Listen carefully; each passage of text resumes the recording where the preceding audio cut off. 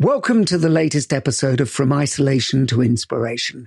This podcast is conceived so that Bernardo, Moya and I can meet with motivational leaders to get a fresh perspective on the current state of the world, whilst learning and laughing through lockdown. Here on From Isolation to Inspiration, Bernardo, Moya and I attempt to unpack the underlying psychology and humour of hugely successful people.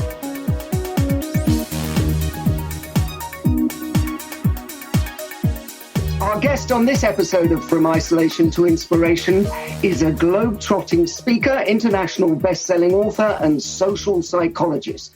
He's worked with billionaires, Fortune 100 companies, and Olympic athletes. He is also a true Renaissance man who has won awards in filmmaking and acting, which, for my money, makes him both cinematic and charismatic. Hailing from Dublin in Ireland, he is a sublime storyteller and a consummate communicator. Owen Fitzpatrick, welcome to From Isolation to Inspiration. Thank you very much, Paul. I'm imagining a huge applause. It's like you introduced me to the stage. I feel like I'm on stage now and I'm jumping up, dancing like Tony would do and getting everyone out of their seats. So thanks a million, mate. I love it. I love your alliteration. And you've always been a great performer, Paul. So it's great to hear you give me such a illustrious introduction. Well, bless you, my friend. You're in New York. I'm in London. Bernardo's in Los Angeles. We've got the world pretty much covered. What are you doing to keep a smile on your face while you're in New York during these interesting times? Speaking to the two of you is the number one thing I'm doing right now to keep a smile on my face.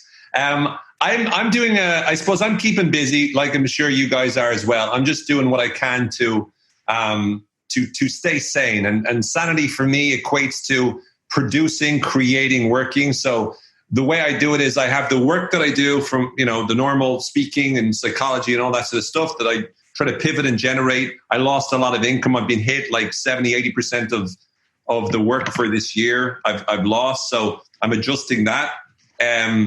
As well as that, one of the things I'm doing, I suppose, is I'm trying to, I have three things. So one is hustling, working, blah, blah, blah. Number two is creating. And I think there's a lot of bread baking going on. I'm not even going to try that because, I've bad history with bread baking and bad history with cooking and all sorts of stuff. But at least it's some sort of creative stuff. So I do a lot of screenwriting and do some music stuff and creating that just for my own sake. And then the third thing is I reward myself with like binging certain TV things at the moment. Between the three of us, obviously not saying anyone else, and hopefully no one else will hear this, but I'm getting into a bit of Korean drama at the moment. I've got these they're called K-dramas, and they're like 16 episodes, about an hour each, but they're addictive. They're kind of somewhat cheesy, but it's okay. It's just so addictive, some of the ones that I'm watching, and they're on Netflix. So I'm literally just absorbing my entire, part of the weekend in those K-dramas. That's my sort of guilty pleasure. So that's what I'm doing to stay sane and enjoying myself at the moment. Well, I wanted to ask you, Owen, because I think, we in a previous interview I did with you, we were talking about obviously your work with Dr. Richard Bandler and NLP. And one of the quotes that I love from him, and I think we've shared a couple of times, is that humor is your invisible shield.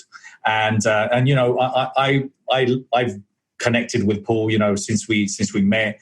We got on really well and kind of we came up with this idea of putting something together where we thought, it's about having a laugh, because what I miss about Paul, I don't miss a lot, but I miss meeting him. I miss hugging him. I miss having a little drink in Soho House and having a laugh. But it is about that.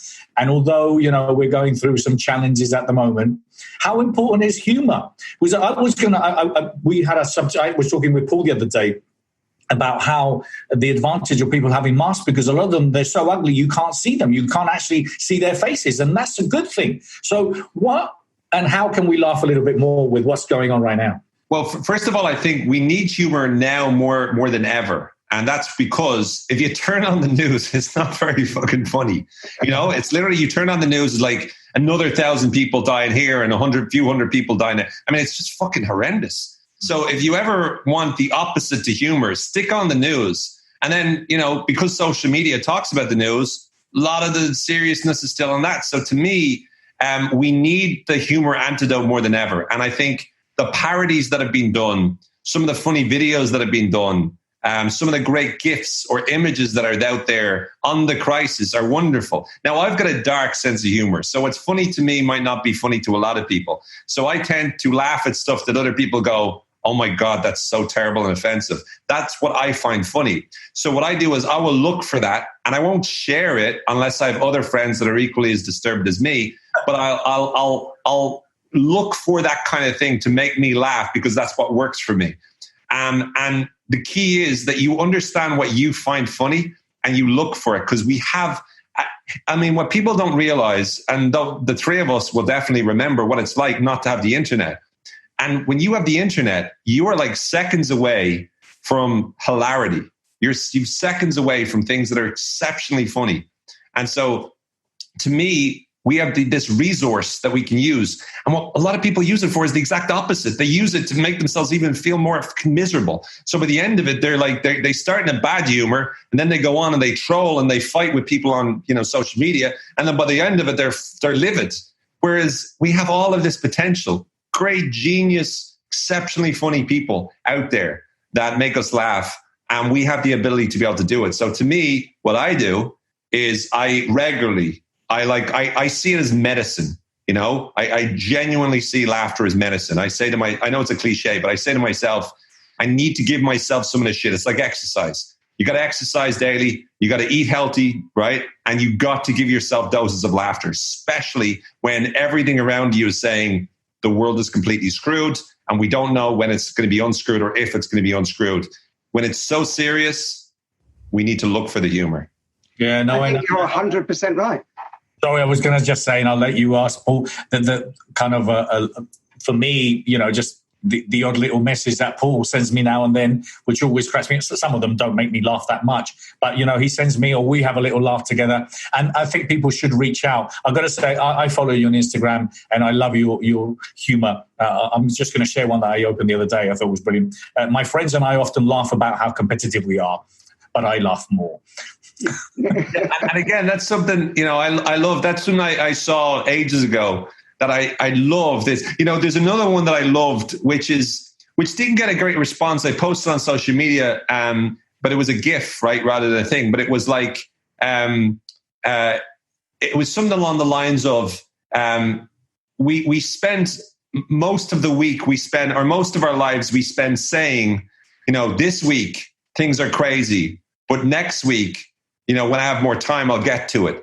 And literally we do that every single day. And I just loved it because I think comedy does two things. Number one, it lets us see the truth. The truth, when you're using comedy, it's one of the greatest vessels for what's actually true. And that's why it's so funny, because it hits hard because there's such truth to it. The second thing it does is Robert McKee, a top screenwriting guru, he talks about it as the angry art. It's an ability we have to be able to cathartically release the pent-up feelings of frustration, anger, sadness, pain that we experience in a way that, to me, is much more beneficial than any other form we have.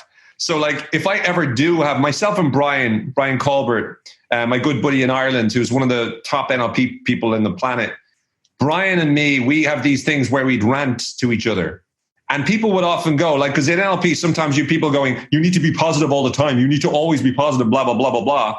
I remember once actually at a seminar that Richard was doing, and I popped along to say hello. And one of the assistants came up to me and said, hi, Owen. And I'm like, hi. And they said, how are you? And I'm like, I'm all right. And they said, all right. And then I was like going, yeah, not bad. And they go, not bad? And I was like going, yeah. And then I said, fuck it, I'll keep screwing with this. So I said, yeah, just getting by, struggling through. And they said, struggling through? I said, yeah, just take it day by day. And they started melting down. And then I said to them, how are you doing? And then they said, amazing, wonderful, superb, brilliant, awesome. And then because I'm, and that really pisses me off when people try so hard. So I started to use the meta model. I said, how specifically? And then they were like going, well, this is really good. How exactly is it good? Well, within 2 minutes, they're like going, well, I guess it's not that great. I don't recommend anyone does that. That's just me being like an idiot. But what I will say is this whole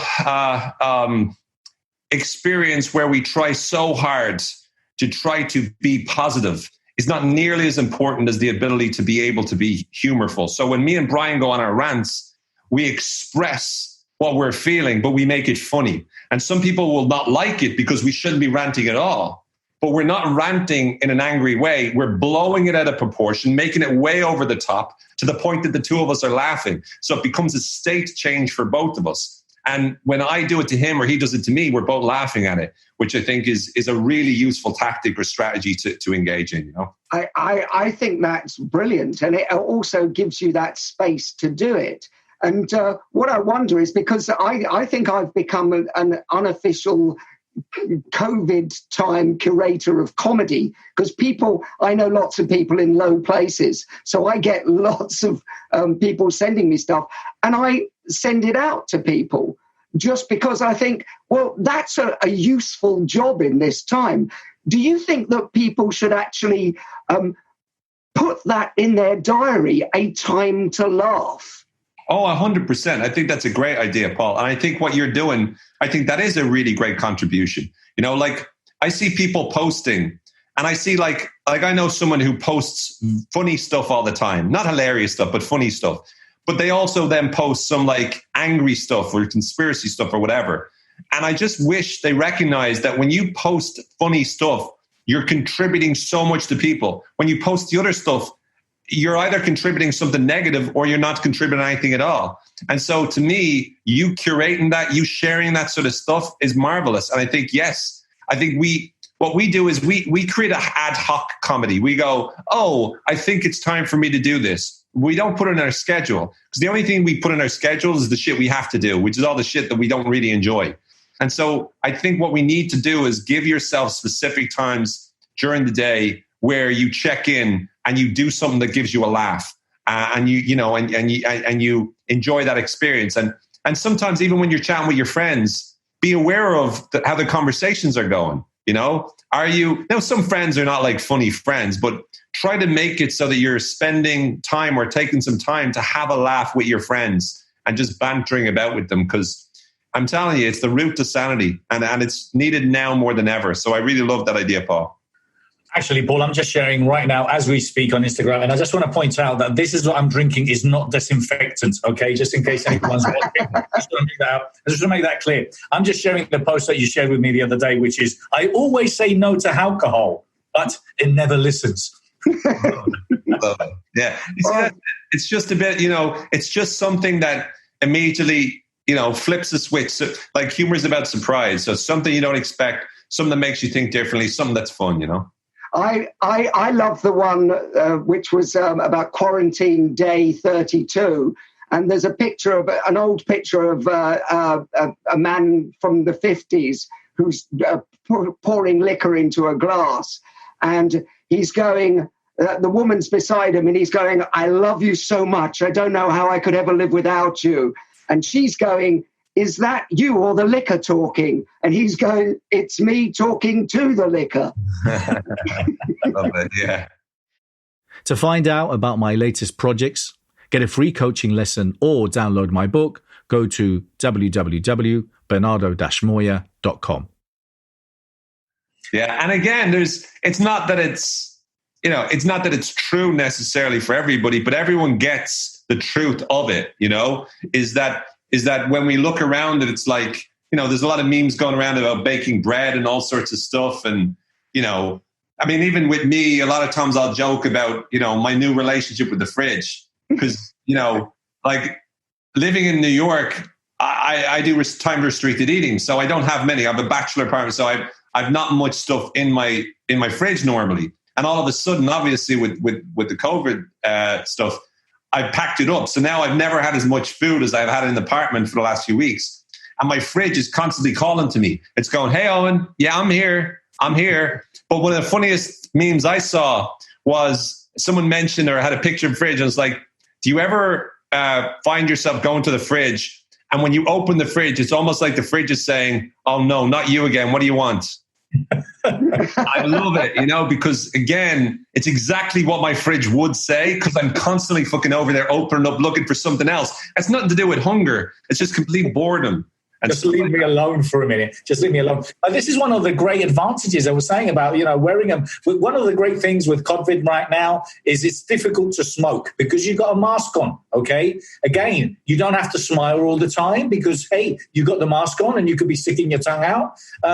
There's also, you eat less, so there's all these great things that are actually happening because of COVID and people wearing masks. But it's just, it's a funny reality. And My concern is how people are taking this too far, because there's going to be, I don't know, you're supposed to have these 3-6 feet distance, and you're walking up to someone and they might be 20 feet away, but you can see their eyes popping out. They're just already concerned of you walking within their distance. Or you see people running and you don't have to wear a mask. At least here in LA, from what I gather, you don't have to wear a mask only when you're in a public place or space. But I see people jogging, running with a mask. I couldn't run without a mask. I mean, how are these guys not dying from a heart attack? Or is that the? You see, the issue is, the problem is, you've got people on both sides. Because I've seen people just walk up to other people, give them big hugs, and you can see the person like terrified in the headlights, and the other person's like, "Hey." So the problem is, because people are different, which is wonderful, and we can celebrate that. It's like I was talking to a few friends about this. I've been saying this for a long time, but social media has helped me realize just how much stupidity there is in the world. And again, I'm not trying to argue that I'm not stupid as well in lots of ways. I am. I'm dumb as a brick in some contexts, but you really do look at it like when Trump said, when President Trump said about the whole disinfectant stuff, and the media rightly, jumped on it to a degree at least. But now you have to ask yourself the question: if you're the person that goes, if you're thinking like that, what does that say about the common sense? I'm not talking about IQ or any of that sort of stuff. I'm saying that there is a real lack of common sense out there with a lot of people. It's like Ricky Gervais, I think, was the one who said, someone told me this. Ricky said about, why should we put on like disinfectant bottles, do not drink? Like, why do we have to put that? Do people really look at disinfectant unless they're like, let's say, kids or babies, and babies can read? So it's like, why do you have to put on it, do not drink? Because it should be common sense. Now, I understand it's a safety precaution, but I'm saying there's so many people that either over-exaggerate it or under-exaggerate it. Because I went out to Prospect Park there, which is a few blocks from my house or my apartment, and it's packed full of people. And I just felt uncomfortable because some people are grand and socially distanced, but some people, they're like, oh, this is just the flu. And with those people, the consequences of their actions, they don't realize it. So do you act too cautious or do you act too cavalier? And unfortunately, there's people that act too cautious and people who act too cavalier. So the real question is, what's the perfect sense? And not everyone's going to be in there. So if you're too cavalier or you're too cautious, then other people on the other side are going to be annoyed with that. So there's no right way to be. And that's what's so frustrating, is because even when you think you're being cautious, a lot of the stuff they tell you is like, oh, do this, but well, maybe don't do it. Well, this works, but maybe it doesn't. Well, this is the best thing to do unless, no, actually it's not. So because we're like constantly going, what?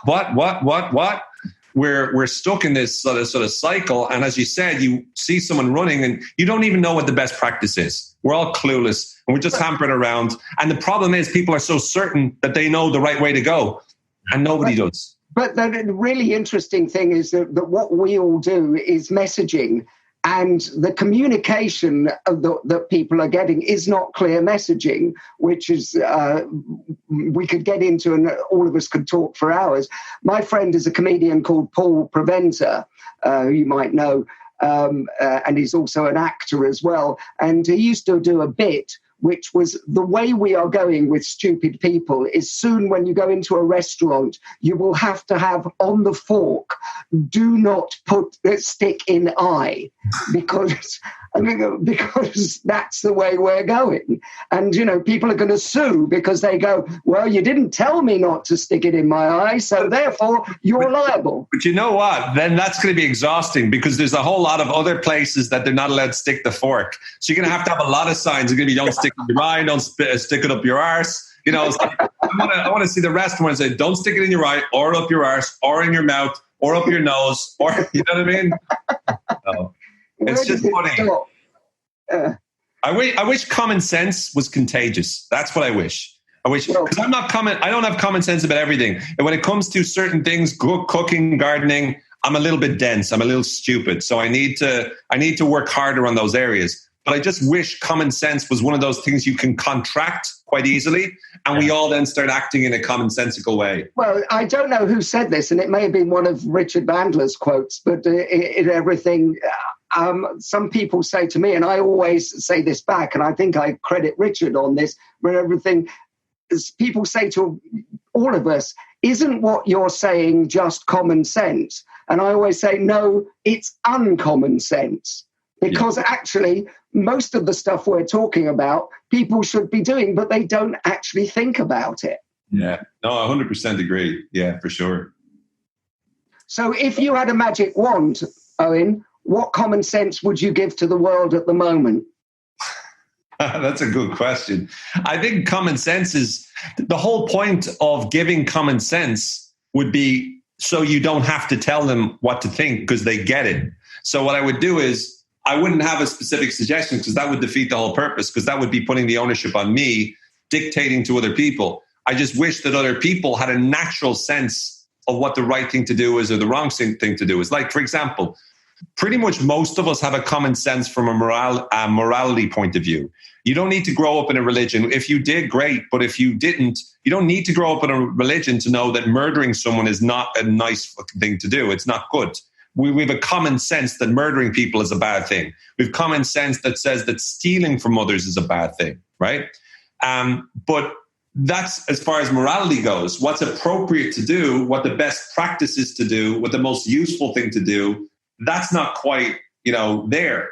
And to be fair to people nowadays, with certain exceptions, it is hard to figure out what common sense would dictate because this experience we're going through isn't common, right? We've never been through this before. And the information, like you said, isn't communicated very well. Sometimes they're like, this is what you need to do. Definitely don't worry about masks. Masks make no difference. And then a few weeks later, actually wear masks. But then if you go behind it and you realize why they were saying it, it's because they wanted to make sure there's enough masks for the medical professions. But they don't trust that the public, which probably they're correct in, I hate to say, but they don't trust that the public will actually live by that, And so that's the problem with being at that level in the government. Don't get me wrong. I have no time for most governments, but that is one of the challenges they're facing is that they know what's best from a medical scientific point of view, but they also know that if they do tell people the honest truth, then there's still going to be people that go after. And, what I've learned from a lot of study of propaganda is it doesn't matter how much information or science or data you give people, they will still always find a way to believe in the flat earth. They will still always find a way to believe something different to you. So you're never, ever going to, it's good because if nobody ever questions anything, then we're done for as well. But to me, it's one of the most fascinating people problems we have is the insanity that comes as a result of when fear strikes, we're all jumping out, trying to figure out how we can clutch onto the best practices. So it's quite a difficult complex. I've got to say, I found myself, and I suppose as the episodes continue, I'm going to find myself even more frustrated. You know what? At the beginning, I was accepting a lot of what was going on and going with it. I'm just now getting more and more stressed around the incompetence of the leaders. And I've got to say, it's just proven that, unfortunately or fortunately, a lot of them, have never run a business, have never operated in any way. So the planning and the scheduling, kind of in Spain is a perfect example. Hello, your neighbor in Italy They're just dying like flies weeks and months before this is happening because it's in China. Oh, let's not have enough masks. Let's not do the test. So it's all about the planning. It's all about scheduling. And it is about providing people the information. I've got to point out, and I pointed that out quite a few times, that the best countries the countries that have dealt with it best are countries, managed by women. Angela Merkel in New Zealand. And it's a fact. And, they planned it and done it well. And if it's shown anything, and I hope we learn something, because, at the end of the day, hey, listen, I'm in the personal development industry, but I want to be working with clever, smart, intelligent people.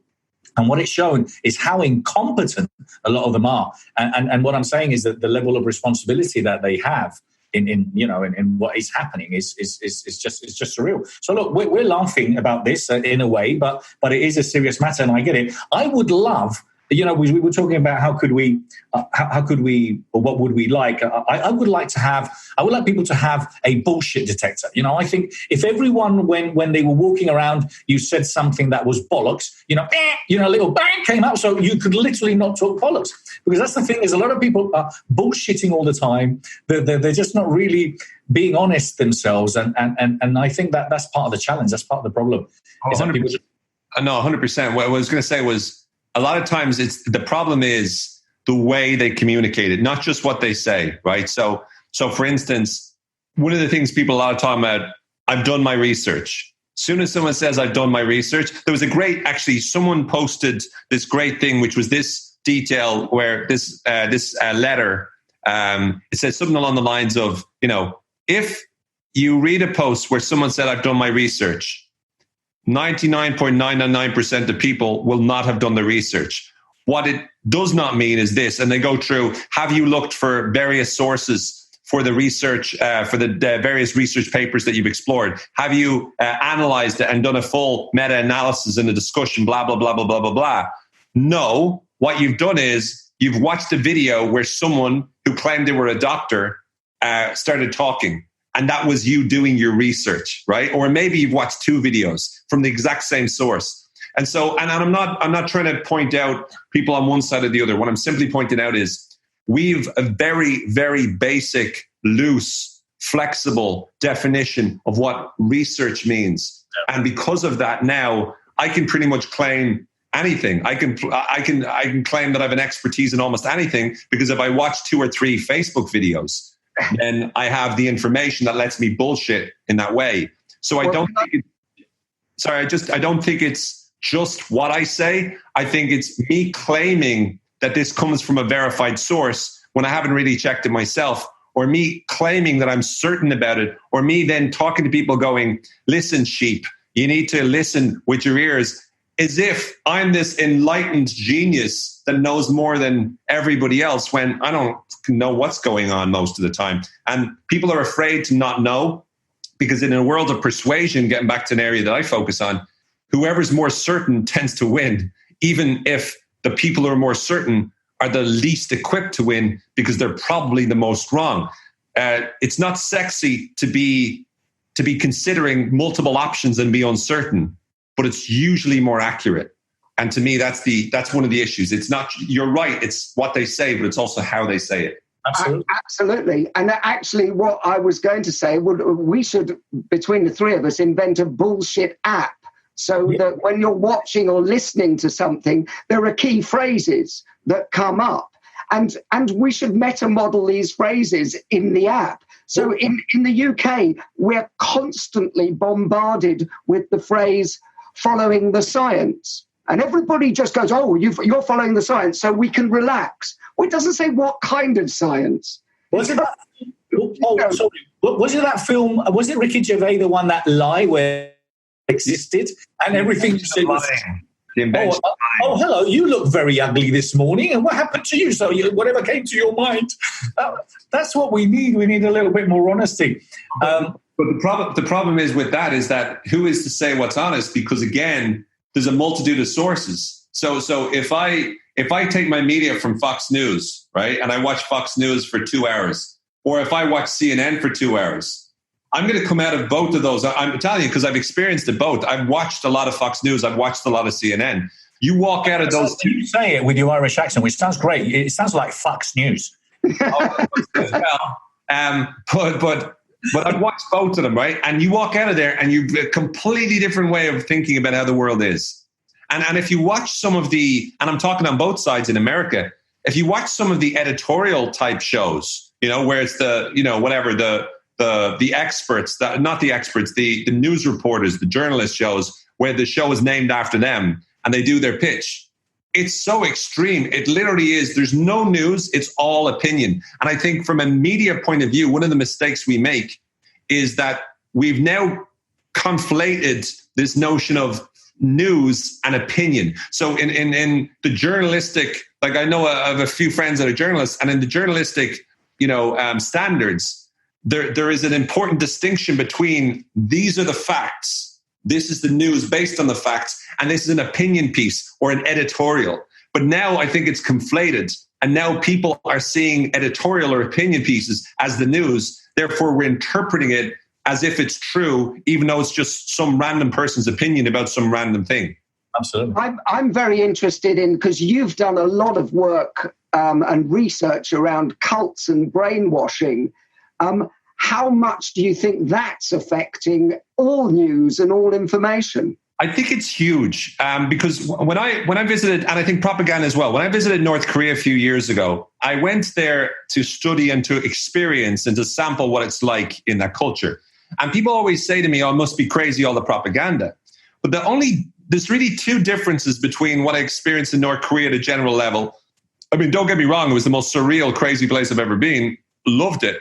And the people were amazing. But when I came back, the main difference between it and, let's say, more Western cultures would be, number one, they only have really the one opinion that's proclaimed. So they've not any other opinion. And number two, they're very obvious about it. So they're very, very in your face about the propaganda. It's not like subtle. In the Western cultures, there's a lot more subtlety, and there's a lot of like lobbyists, and there's like corporations, as well as the media themselves, as well as the governments, which dictate, what messages are going to be communicated. So it's a little bit more, underhanded or whatever in the way they communicate it. Although, I mean, don't get me wrong, North Korea is doing it, the dictation and the totalitarian regime there is horrendous. But in the other one about, they only have one point of view there, right? So that's promoted by the press. My argument is this. In most cases, you only believe that one opinion anyway. Now, you might have the illusion of choice of, do I believe this or do I believe this? Or I have the freedom of living in America to believe anything that I like. So that might be good. But in reality, generally, that's not what happens. In reality, what happens is I pick my team, and this is the tribal mentality. I buy into them, hook, line, and sinker. So if I go to a cult, the cult tries to recruit me. They figure out my pain points, the things that rifle me, the things that I don't like. They bring me into the cult. Then they isolate me. They make it so that they give me just one form of information, the equivalent to, let's say, isolation in terms of bringing someone to retreat and tell them how the world works is the equivalent of an echo chamber on Facebook. So you go down the echo chamber. Every time you like a tweet by this side, you become more convinced of that. Before you know, a confirmation bias leads you to be convinced this is how the world works. This is what's going on. Next step for a cult. Figure out what the outsiders will say about the cult and inoculate against those particular objections. Same thing in terms of Facebook. I know the outsiders will say this. I know people on the left will say this. I know people on the right will say this, but really they don't get this. Now all of a sudden I'm equipped to deal with it. Then make me feel better as a result of being part of this. There's a camaraderie, a community. When I bitch about President Trump, when I bitch about the Democrats, whoever it is that I bitch about, I've got a bunch of people bitching alongside me. So now all of a sudden, we're all doing it together and that kind of thing. So to me, that's one of the issues, is that we have a tribal nature as human beings, where we have a we versus them, an us form. And when we get locked into that, we stop being logical, we stop being rational, and we just join the team. And I know that it happens to all of us. If you ask me about Irish history, I'm very much believing in the freedom of my country. I very much have, my views of that. If you hear me describe the history of Ireland, it's going to be biased. It really will be. It's not going to be, I have a degree in history, but my description of what happened in Ireland is going to be very much from the Irish point of view. You're not going to hear very many positive things about Britain or England or anything, in my historical thing. So I know it's biased, just like Celtic. If you ask me about Celtic and Rangers, I'm going to be talking, I mean, that's factual, how Celtic are the best team, but I'm going to be talking about, just it from that point of view. And if you ask me about Rangers, I'm going to be like, ugh. So I'm aware of these things. I'm okay with those things. But the problem is when you get lost in it and you become obsessed and brainwashed into believing this is how the world is, as opposed to realizing, I don't know how the world is. This is how I think it works. This is how I think about Celtic. This is how I think about Ireland. This is how I think about different religions. This is how I think about NLP. And it's about seeing that. And it's okay to have our opinions. The problem is when we get too certain, we limit ourselves. Paul Boross is the pitch doctor. He's a professor of humourology and a business activator. If you would be interested in booking him to speak, train your teams, or executive coach, you can reach him by going to www.paulboross.com now. And that's kind of where I think it is at the end of the day, is about being aware, isn't it? Being aware of that, and what team am I on? And I've got to point out here two things. First of all, Paul they tried to bring him to a cult, but they kicked him out very quickly because they couldn't deal with him and they didn't want him on their team. But the other thing, funny enough, yesterday, it was so funny. It was like we had two massive leaders, Elon Musk, saying that what's happening is a fascist regime is what we're living in right now. The government's trying to keep you at home. It's not right. You have to let people go back to work, right? Which I agree with. And then you've got Zuckerberg, the guy from Facebook, who obviously has got 40 billion in his bank account, and he's okay, saying, hey, let everyone carry on staying at home. So it's funny how but I wanted to kind of bring this question here to you now. And I find this quite interesting. They're bringing down content on YouTube and on Facebook that is related to the whole idea of conspiracy or anything that talks about COVID in a way that is not supposed to be appropriate. I find that quite interesting. Why can't we have someone else's opinion on it? Because so Brian Rose, for example, had someone with this conspiracy theory guy, and I went to watch it and they took it down. But there's a lot of content that's being taken down. Any thoughts on that? Yeah, I mean, I actually... because this is something that immediately we get into a potentially, problematic scenario, right? So let me don't take us down after this. I've got to say, Paul. Well, I was just going to say, here's the thing. I have a problem or issue with this whole notion of freedom of speech, and I'll tell you why. Because I think it's not a case of either or, right? So a lot of people have this: you either have it or you don't. So if we have it, then we can say whatever we want. But the problem is that means you can also be homophobic. You can also be racist. You can also incite hatred. You can also, words are powerful. Words are powerful weapons. You can destroy and demean people. You can destroy and demean societies. And so if you believe that freedom of speech should be a human right for everyone, and you can say whatever you want, to me, I find that problematic because of the consequences of the words that you might choose to use. On the other flip side, if you believe in censorship, that has just as many, if not more, problems associated with it as well. Now, when we look at Facebook, here's just my thoughts. I get it that from my point of view, the idea of censoring people, I think is wrong, right? Because I think if you censor people, then you're organizing and constructing and nailing down the view of the world that you want everybody to see. At the same time, though, on the other side, I like the idea of them doing it to some degree because a lot of the misinformation that's out there, I could turn around, make up a scientist tomorrow on Facebook and say, guys, we've just found out that if you wear earpods in your ears, that actually protects you against COVID-19. Dr. Paul Boross and Dr. Bernardo Moya, two illustrious experts in blah, blah, blah type, US university, have made this proof. And then I'll do a video where I'll say the same thing. I know it seems crazy, guys, but apparently the 5G algorithms of blah, blah, blah means that these actually protect you from it. Now, I know 90% of people will say, what are you talking about, Owen? You're an idiot. But if there's any sort of percentage whatsoever that are going to walk around and go, oh, fuck it. Well, I could, I wasn't going to go out to that conference, or I wasn't going to go out to the church to pray with a bunch of other people when they're coughing on me. But as long as I got my earpods in, we're grand, right? And that's what I'm afraid of. What I'm afraid of is, what is more dangerous? Stopping people from being able to express their opinions or thoughts, or spreading words or news that isn't true, that could potentially harm people and negatively impact people. It's a really interesting conundrum, because if you think about it, what's happening on one side of that conundrum is that if it's banned, people will, it feeds into that whole thing of conspiracy. They're banning it because they don't want to know. It also makes it more interesting. In the UK, they banned Frankie Goes to Hollywood single Relax.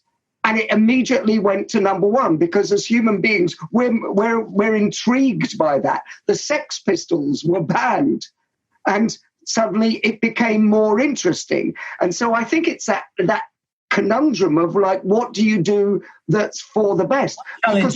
My challenge is that I think, and obviously at the end of the day, it is a type of censorship, and at the end of the day, it is a media. I'm just saying is if your business and your billion-dollar business is aimed around people being part of a community, being able to upload content, all of a sudden you decide what is content that can or can't be uploaded. Then at the end of the day, you're dictating. I want to be able to, and I get it, that maybe 20% or 10% might be using my invention and going out there, and they might be, using it in a way that obviously is not helpful. But I think at the end of the day, is what we were talking about, is what can we do to help people be a bit wiser, for them to be able to do their own research and make their own decisions without having to kind of like manage us or control us. You know what I think what they should do is they should have a rating for all the videos based upon independent fact checkers.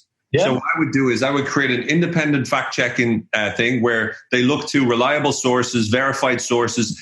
First problem is figuring out what those sources are, but an exhaustive list of exactly what. And then for each bit of news, you have to then have, out of 5, how accurate is this? So if it's multiple studies done, meta-analysis done, absolute accuracy, we know with good certainty this is legit, then maybe that's a 4 out of 5.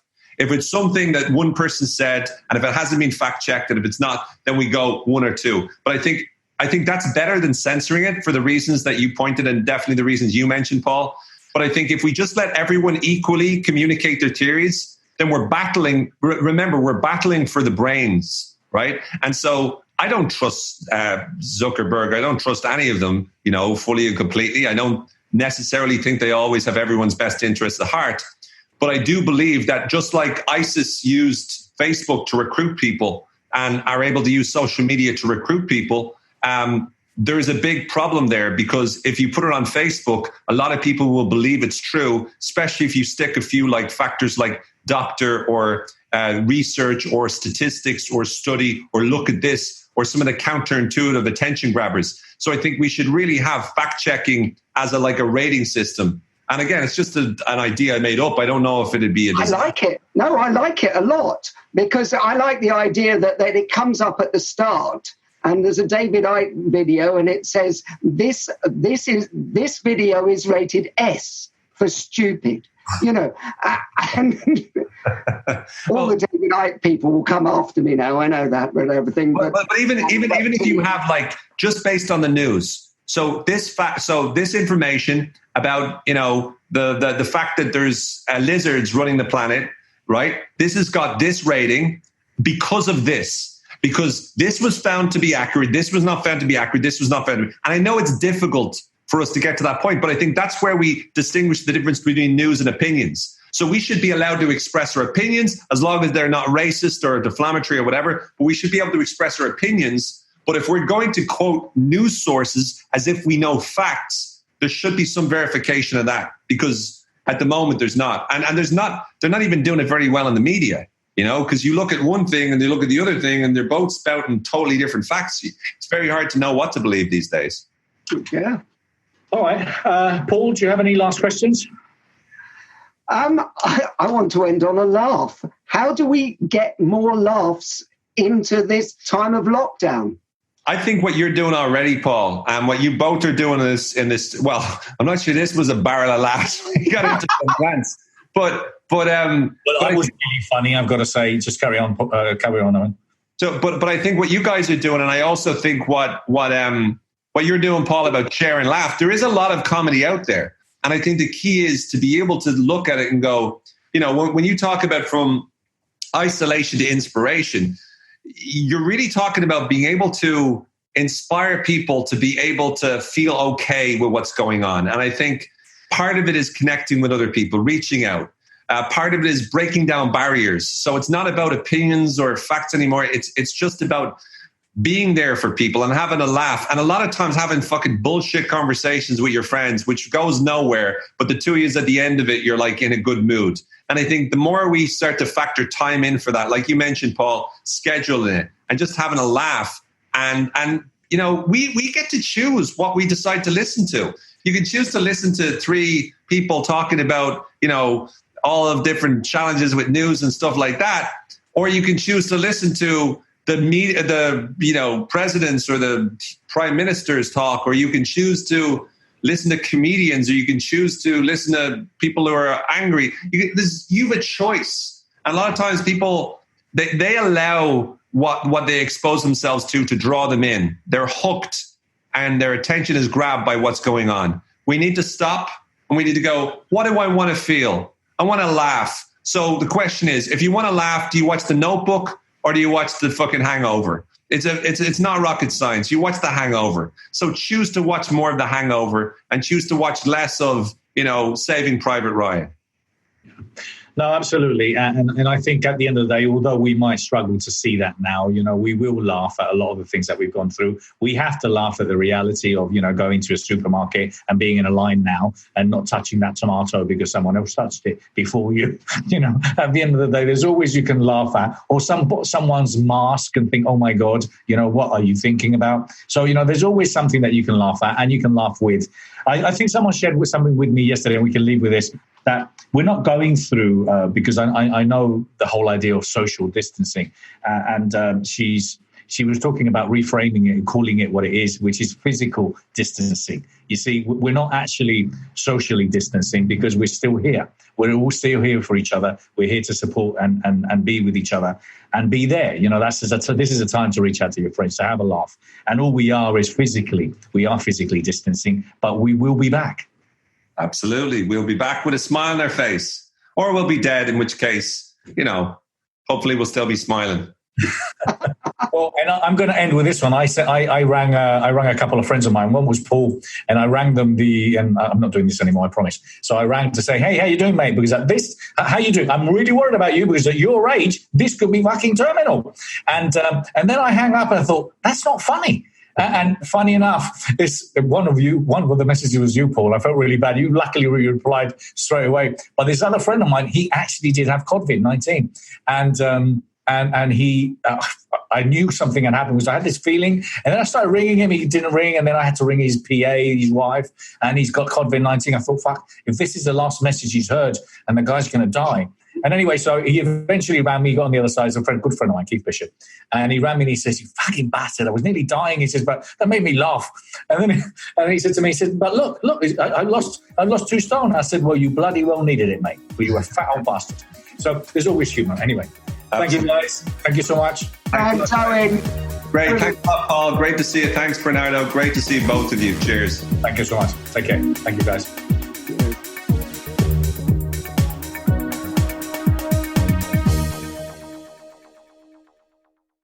Thank you for listening From Isolation to Inspiration. If you're interested in working with me or being coached by me or mentored, you can go to my webpage, www.bernardo-moya.com. If you're interested in speaking at the Best You Expo, getting involved in the Best You Online or the Best You TV, please go to www.thebestyou.co.